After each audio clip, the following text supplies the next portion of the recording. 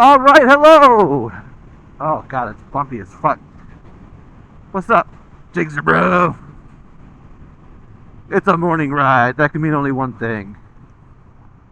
It's that Will guy again, and it's that commute to work. So we're having a bit of a cold snap, and god, it feels great. It's like in the high 60s this morning.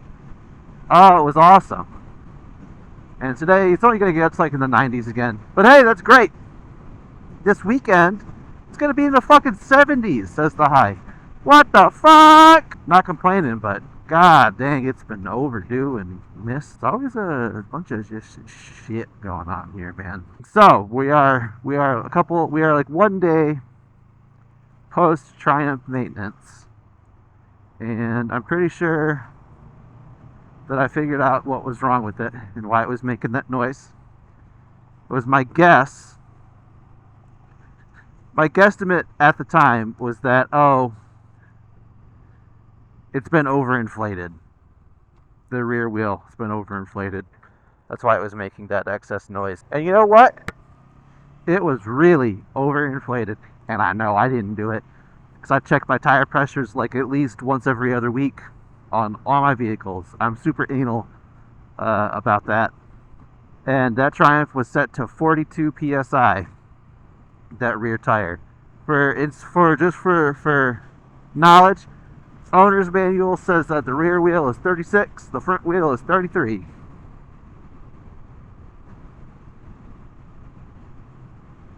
Front wheel was spot on, back wheel was way overinflated. I haven't ridden it since I dropped the PSI down, but I have to imagine that noise is going to be gone now. What is it with dealerships with overinflating your tires, like, to a crazy amount? Do they just assume that, like, people aren't going to check them? It's probably what it is, right? They assume you're not going to check them, so they just like, well, we're going to overinflate it because you're not going to check it for a year, so may as well give you a little bit so when it loses over time, you'll be in the sweet spot. I don't know, it really bothers me. Makes me mad. But that's all straightened out, so I'm going to take her out this weekend, and hopefully that'll be back to where it should be, and the noise is gone. Because there was definitely tire noise. 100%. I checked the tire, it's all good. There's nothing that, like nails or anything. At least not yet, fingers crossed. And I think I mentioned it yesterday too, but they said I need a chain and sprocket. Now I got to give them credit. They did a hell of a job cleaning the chain. It had definitely had some shit on it, like just from the lube, or not the lube, the sealer or whatever, the wax. That's the word, wax.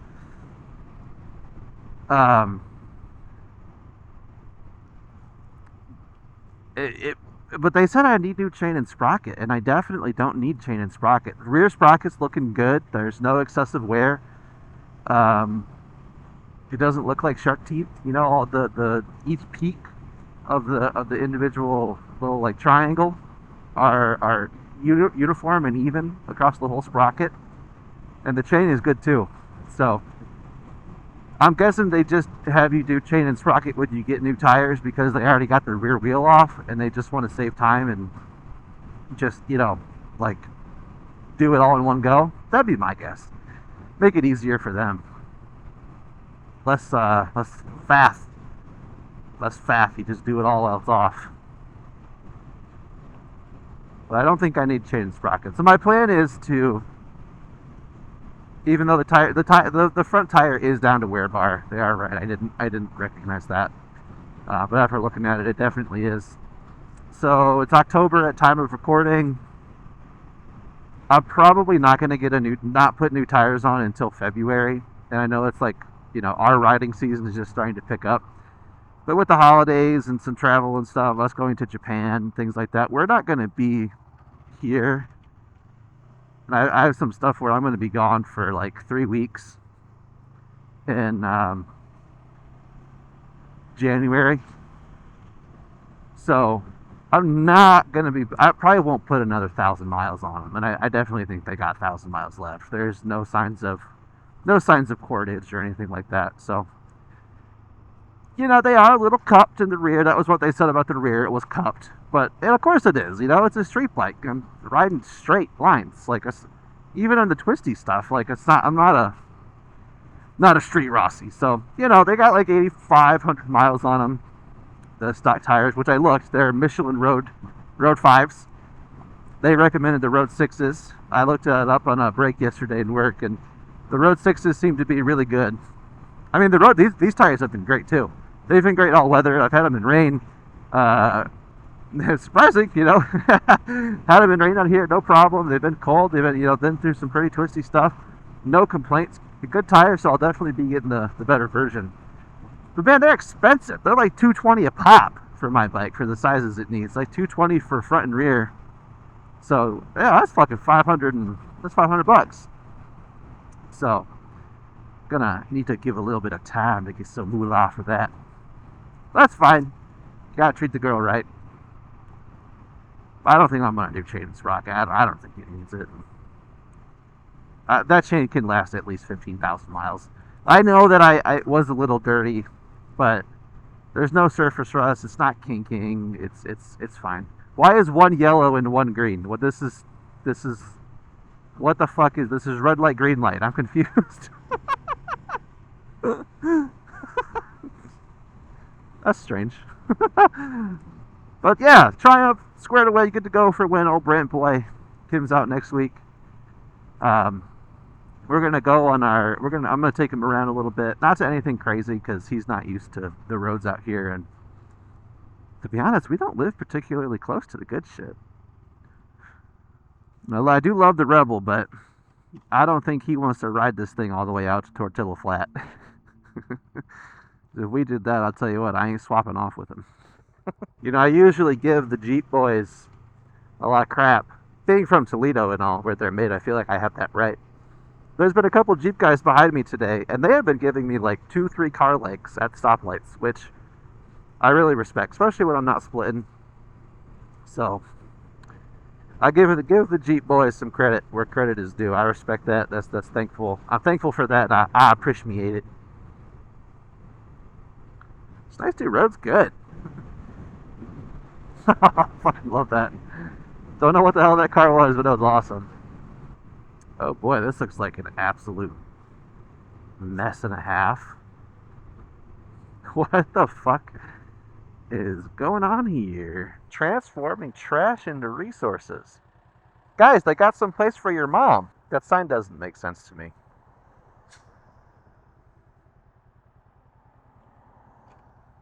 It says keep politics out of courts. Vote yes for these people. But if they're elected officials, it's inherently political. So I don't.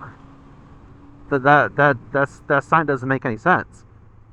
It's inherently political if you're elected. God. Give her the speed. See, quick, not fast. So you guys want to know what I'm like most excited about for Japan? Oh, look at this vamp! What a good doggy. I'm excited the most for the all of the city lights and stuff at night. Oh my god, it's gonna look like fucking Cyberpunk on some of it, and I'm just so fucking excited for that. I'm so here for that, guys. You don't even know. My sleeves here is a little fuckered. I'll fix it at a stoplight. But I'm so excited for that. Oh my god, once in a lifetime trip. I cannot wait. I'm so excited. But you know the thing that I'm the most scared about? I'm going to be real with you here. The thing I'm most scared about the toilets. I know it's so stupid, but I'm most scared about the potty situations. I've never used a bidet. Everybody who used them, it seems like once people use them, they kind of convert. They prefer them. Seems to be. what I've seen happen a lot of the time. Oh, hello, old man. Oh my goodness. But kind of scared for days. But if we're like, we're not going to be in Tokyo the whole time. So like, if we're kind of like out a little bit, like in a more rural-ish area, I'm afraid if I gotta poop and it's like one of those toilets that's just a hole in the wall or ground, like, oh boy, I'm afraid I'm gonna just like shit all over myself, That's funny. So just zip this one, just zip up a little bit. Still open, but that way my one shirt isn't just like fucking sticking out all dumb like. False neutral. Didn't kick it up hard enough. I'm a noob. So that's what I'm most most worried about. Which I'm sure is not going to be a big deal at all. There's going to been 99% of our time there's going to be in major cities. But you just look, if you got sensitive tummy like me, you're worried about the potty situation. It's just part of it. Oh boy, I see a bunch of fuck off lights up here. The fuck is all that?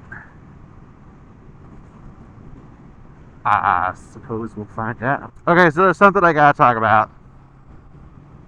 Something that's happened in the past couple days that has just added another crazy bingo card spot for the year 2024. I'm not going to talk about it in detail because it's fairly graphic. But the Pokemon leaks. I love Pokemon. I grew up playing Pokemon. I still play Pokemon. It's the game series that I've probably spent the most time playing my entire life. I love Pokemon.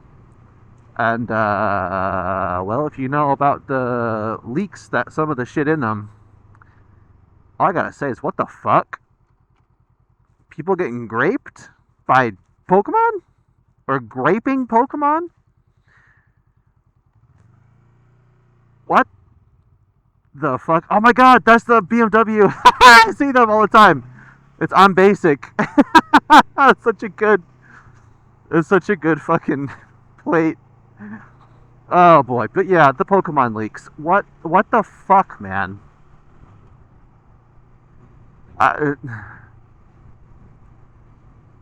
Oh boy. We didn't need this. We didn't need this, We didn't need this year. We didn't need that kind of shit. Let alone just exist. To be fucking god damn it. Oh, look at that little crusty guy. God, it's been a fucking wild ass year. And you know what? We're just getting started, I feel like. Waymo! Waymo! Oh god, there's a Waymo behind me. Fuck, I ain't ready for that. I'm gonna get killed by a Waymo! Oh my god. Hey, that'll be a nice lawsuit for Veda, though. She'll get lots of money. If I get fucking crunched between a fucking Silverado and a Waymo, I know my wife will be taken care of. I trust Waymos with their LiDAR more than I trust Tesla's auto driver, or whatever the fuck I call it. Because they use LiDAR, Tesla does not. And LiDAR is much more accurate than just visual recognition from computers. Oh, Jesus, I'm not going to lie, it still does make me a little bit nervous. Oh, God, no, there's nobody in it. Ah!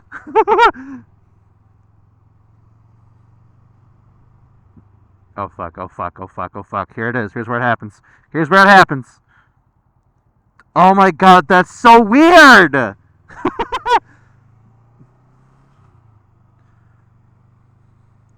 Yeah, I'm pretty sure that, like, Elon at one point was like, LiDAR is an outdated technology, it's not that good, blah, blah, blah. It is so much better. It's like radar. It's like, it sends a signal and it bounces back, and that's how it tells distance. It can tell, like, shape and size. It can tell that I'm a motorcycle, not a car. Whereas, like, the cameras on their computers are just cameras. So, like, the computer, it's like harder.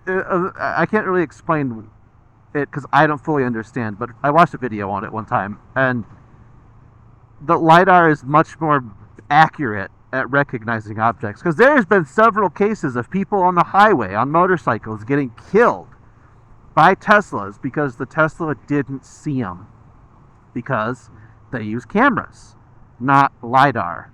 And the LiDAR would have saw it. The LiDAR would have saw it and recognize it as a vehicle, because the profile of a regular car, even a small one like this Corolla in front of us, you could probably put 3 of these bikes stacked up, and that's that's the full width of it if you weren't worrying about the handlebars. And I say not the handlebars because it won't see the handlebars, right? It just sees the rear tail light of the person. But I think they do it too because look, the windows look a little fucking goofy. Hold on, here we'll see right here that it has no person. Nobody at all.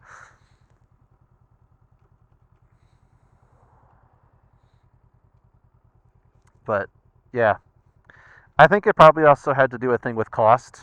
It's probably more expensive to put LiDAR in every single one of your cars, as well as weight. It's probably rather heavy, and Teslas are already heavy as fuck. So, I can understand keep price down. I say that relatively. Like a Cybertruck is $100 grand. A Tesla with like auto drive or whatever the hell they call it is like 80. So I don't know. If you can afford a Tesla, why would you buy a Tesla? I don't know. I never understood it. Now, in a big city like this, having a Tesla makes a lot of sense as a second car. It does. It does. You get HOV all the time. There's incentives still, I believe. It makes sense. It makes sense in a city, in a metroplex like this.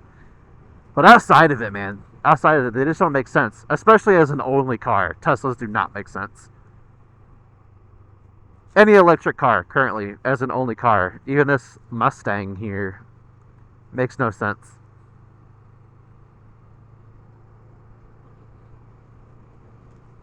I'm not anti-electric car, but I am anti, because they have their uses. They have their niche. Oh, the photo van's out today.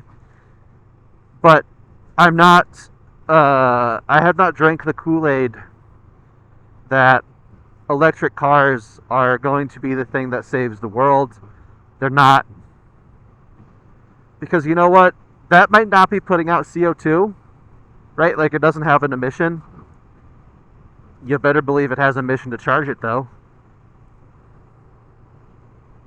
You better believe that. No electricity currently is 100% renewable.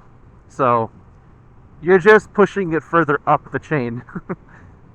That's it. I'm basic. She looks basic. So you know what?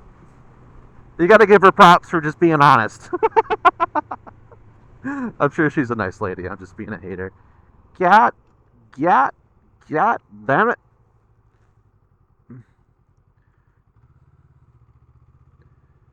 Come on, little Honda. I also have a little Honda. We're a little Honda gang. There we go. Little Honda gang. Alright, guys. We're almost to work. So, as always, I'm going to let you go. If you've made it this far, I appreciate you. If you haven't already, hit that subscribe button. And if you like the video, please like the video. Alright. Peace. God, that was fucking stupid.